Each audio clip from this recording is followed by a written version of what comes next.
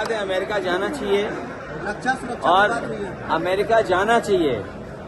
America से व्यापार ऐसा लाएं जिससे हमारे लोगों की खुशहाली हो।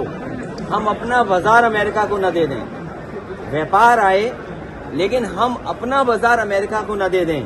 और मैंने तो लोकसभा में भी कहा था कि पिछली बार प्रधानमंत्री जी हीरा लेके गए थे, इस बार कम से कम सोने की चेन ले जाते और भारत मजबूत हो। हम आप सब चाहते हैं हिंदुस्तान ताकतवर हो।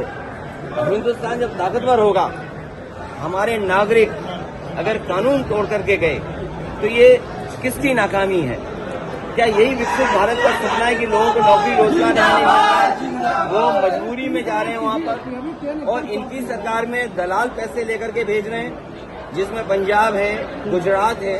और अगर सूची निकालोगे आप तो सबसे ज्यादा इस तरह भारत से जाने वाले लोगों में गुजरात के लोग ज्यादा होंगे। भारत इतना मजबूत हो, हमारा देश इतना मजबूत हो कि कोई भी देश हमारे नागरिकों को बेड़ियां और हथकड़ी लगा करके न भेजे। और फिर अमृत काल में अमृतसर उतारना, ये कहीं न कहीं भारत को और हिंदुस्तान को नीचा दिखाने की कोशिश थी। अमृत काल में अमृतसर में उतारना बेड़ियों के साथ और हथकड़ियों के साथ, ये हमारे भारत की और हिंदुस्तान के नीचा दिखाने की कोशिश हुई है। इसलिए मैंने कहा व्यापार हो, व्यापार मजबूत हो, लेकिन भारत सरकार अपना बाजार उनके हवाले न कर दे। भारत सरकार का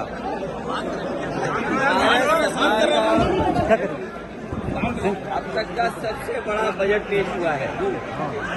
भारत सरकार का लगातार ये दावा रहा है कि आने वाले समय में दुनिया की 5वीं अर्थव्यवस्था से वो नंबर 3 की अर्थव्यवस्था में पहुंच जाएंगे और नौकरी, रोजगार, किसान की आय और विकसित भारत का एक नक्शा उन्होंने तैयार किया है। विकसित भारत का एक रोड मैप तैयार किया है।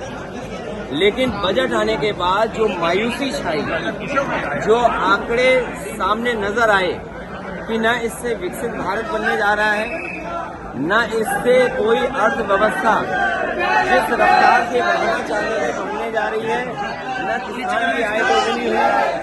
नौकरी के नाम पर भी रोजगार नौकरी नहीं दे पाई सरकार। जो लोग कहते थे मैन्युफैक्चरिंग में हम मेक इन इंडिया या और जो नारे दिए थे, जब वो सब असफल हो गए तो चोरी छिपे जानबूझ करके वो बिल लेकर के आए हैं। बिल इसलिए लाए हैं कि बजट की मायूसी है, बजट से कोई उपलब्धि नहीं है, इसलिए जानबूझ करके अपना पुराना जो उनका तरीका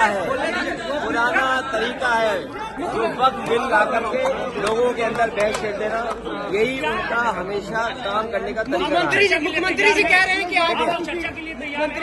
कि आप जिस तरीके से कोविड वैक्सीन लगवाए उसी तरीके से आपने स्नान भी किया। मुख्यमंत्री, मुझे तो इस बात की खुशी है कि आने वाले समय में हम लोगों को कपड़े पहन करके स्नान करना होगा।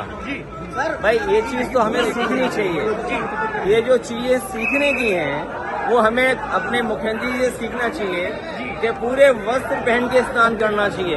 बनारस वालों आपसे बेहतर कौन नहीं जानता होगा स्नान कैसे किया जाता है। अगर स्नान करने का तरीका उनसे हम सीखेंगे।